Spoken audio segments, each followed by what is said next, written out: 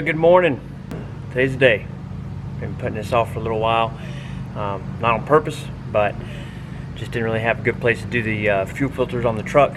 So, getting ready to knock out both the fuel filters on the truck. We have a 2018 Ram 2500 obviously with the Cummins.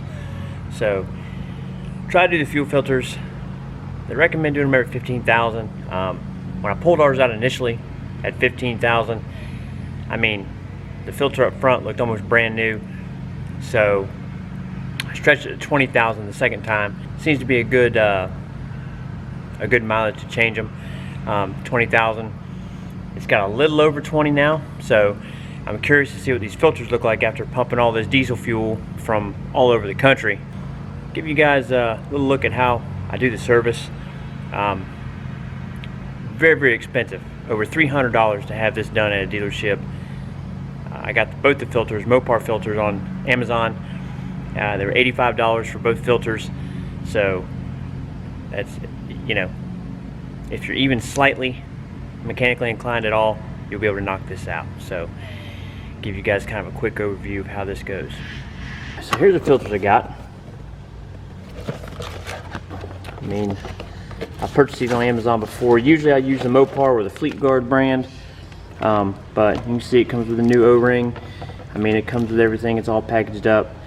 It's got the Mopar literature inside, so these are legit, you know, legit filters. They're not some generic filters that have been reboxed or something like that. I know that's always a concern when you order off Amazon. Make sure you're getting what's advertised. Make sure it's not some knockoff, but you know, like I said, I've used these. They've got all the proper markings on them, so they're legit Mopar filters. So for the one under the hood, the fuel filter up front, I have a short 1/2 inch extension and a long 1/2 inch wobbly extension. You can see that wobbly extension, as you're going to find out here, I'll show you, is pretty critical to being able to reach the cap to get your cartridge filter in there. See if we can do this with as little mess as possible. This big bucket, this is what I use as my catch pan for anything. Anytime I'm doing the oil change or I'm doing the fuel filters. Found these at Lowe's. They were like $5. It's a 5 gallon. It's a 5 gallon pan, 5 gallon bucket, but as you can see, it's a rectangle shape, so it's low enough it'll slide up under the truck real easy. All right, first step for doing this front cartridge filter is you're gonna want to get a Phillips screwdriver so that you can open up the drain right there. So you're going to open that up, and that's going to drain the fuel out of where your cartridge filter is located. There's a tube that runs down off of that, so that will drain your fuel out, but you can put a catch pan under it. I've got a big piece of cardboard down because the catch pan is only going to get so much of it, so that's what we'll do first. That only takes about a quarter of a turn to open that little valve, so fuel's going to start draining. Now you're going to need to kind of crack the top of that filter housing open. Just loosen it some. That way it'll finish draining and you don't have a huge mess when you pull that cartridge filter out. This is kind of the tricky part the first time you do it. So you're going to come down, you're going to go behind this connector right there, and then you can go in between your oil dipstick tube, and that'll get you just about right over the top of your filter housing. So there you go.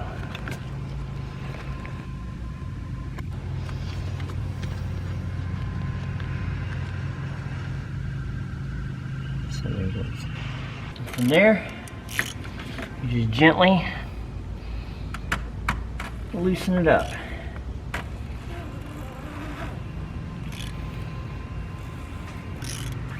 And when you're over the top of it, you can see the tube that has the tube that leads off the bottom to drain the fuel out of this housing. Gently. Now you can loosen that up, and you'll see as soon as you break the seal on that, it'll drain some more fuel out. Alright, there's your housing lid.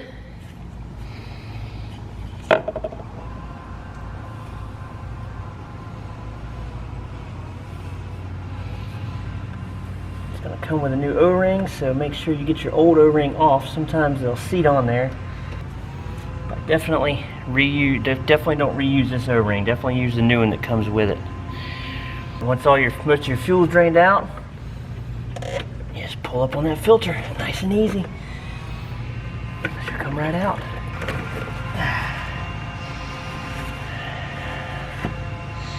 So you see the old filter. There's the new one. So, I mean, all in all, that's not bad. I think this has 22, almost 23,000 miles on this filter. Alright, so now we're going to get this filter prepped and just basically do the reverse of what we just did. Alright, so bottom of that filter, if you can see it, it's oval shaped. So it'll only snap on one way, so you can put it in there. You can't put it in the wrong way. It won't go. So just kind of put it in there, push down on it, and it'll push all the way down flat. You'll feel it go over that oval shaped nub there in the bottom, and you won't be able to twist the filter anymore once it's all the way down in there. Alright, now I've got our new O-ring with a super light coat of petroleum jelly on it. I mean, just a very light coat. I'm going to put that back around the base.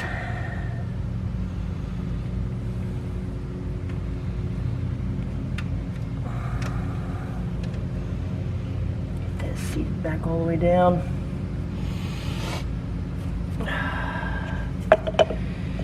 And then, after wiping our cap out,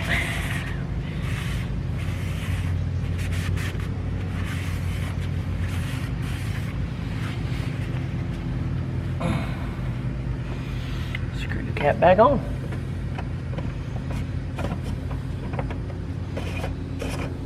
Screw it down by hand, and then I'm going to take my ratchet and just snug that back down. It's only a plastic cap, so you don't want to over tighten it.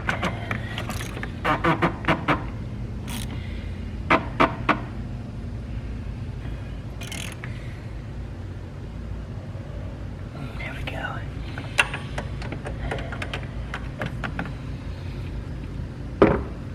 And then don't forget to close your valve back, your drain valve. So that's it. That's all there is to changing the engine mounted fuel filter. The one on the frame, a little more complicated, maybe a little messier, but I'll show you guys that one next. And there is our second fuel filter. Well, technically I guess it'd be the first fuel filter, but the second one we're doing. And as you can see, it's above the drive shaft, right beside the fuel tank, right in front of the left rear wheel. So we can get an oil filter wrench around the bottom. That's how I take it out.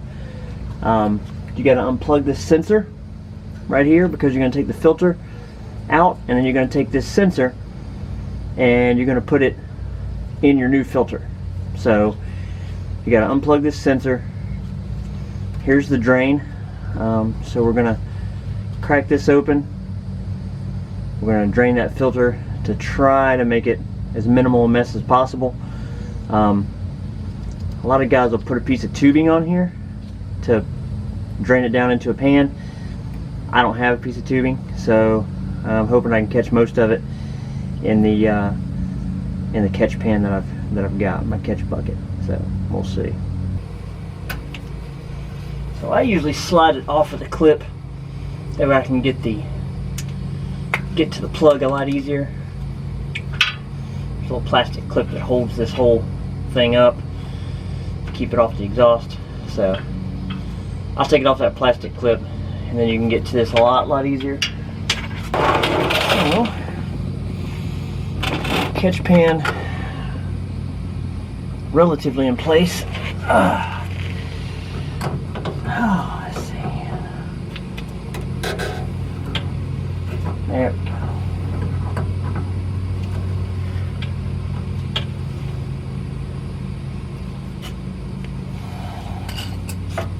Should really get a piece of tubing for this, but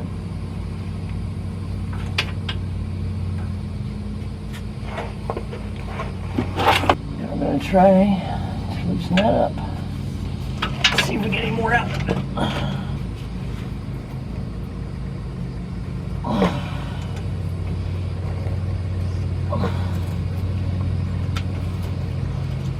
There we go. Now it's draining.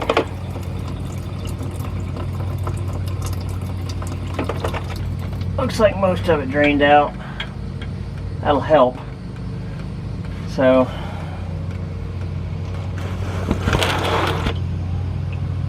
let's see if it's loose enough to get my hand. Yeah, it is. Okay.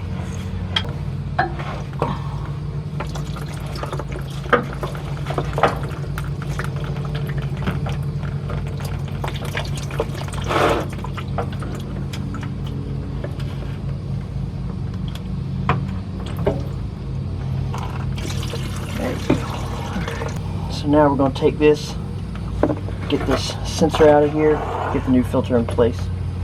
So now, open this filter up.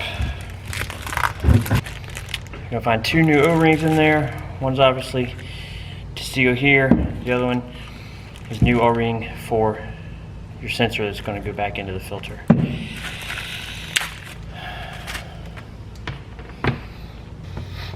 Alright, what I like to use to get this thing out, big pair of channel locks, and then I'll grab the filter with an oil filter wrench. There you go. And I use the big channel locks so I can get some good leverage. Because the last thing you want to do is round this sensor off.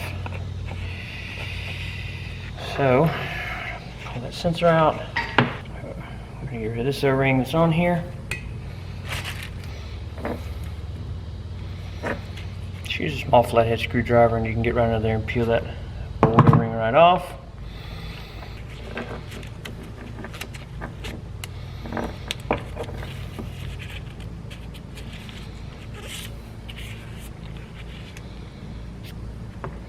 And then we'll just screw it right back in. Nothing to it. Doesn't have to be crazy tight, just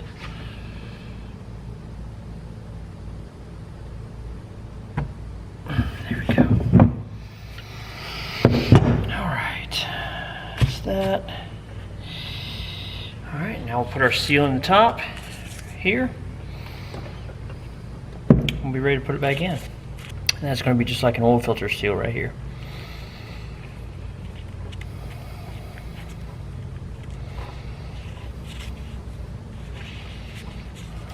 We'll just screw that right back on, snug it down with the oil filter wrench, plug it back in, and try to crank this thing up.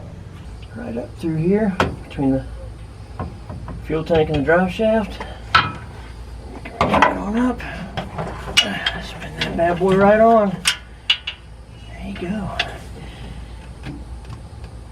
Get it as tight as I can get it by hand.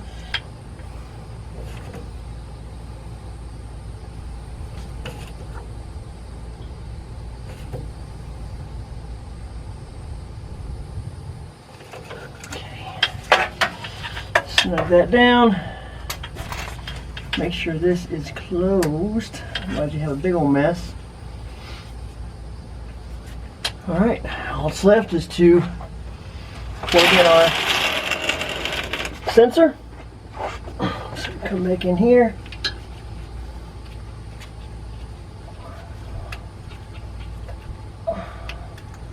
There we go.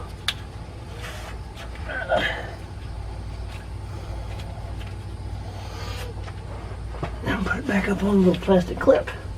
Go. All right, just like that. Both fuel filters are done. So let's go see if we can get the crank up now with no leaks. All right, so time to fire it up.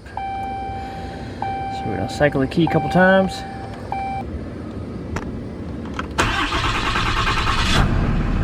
There we go. Alright, now the real check, make sure nothing's leaking.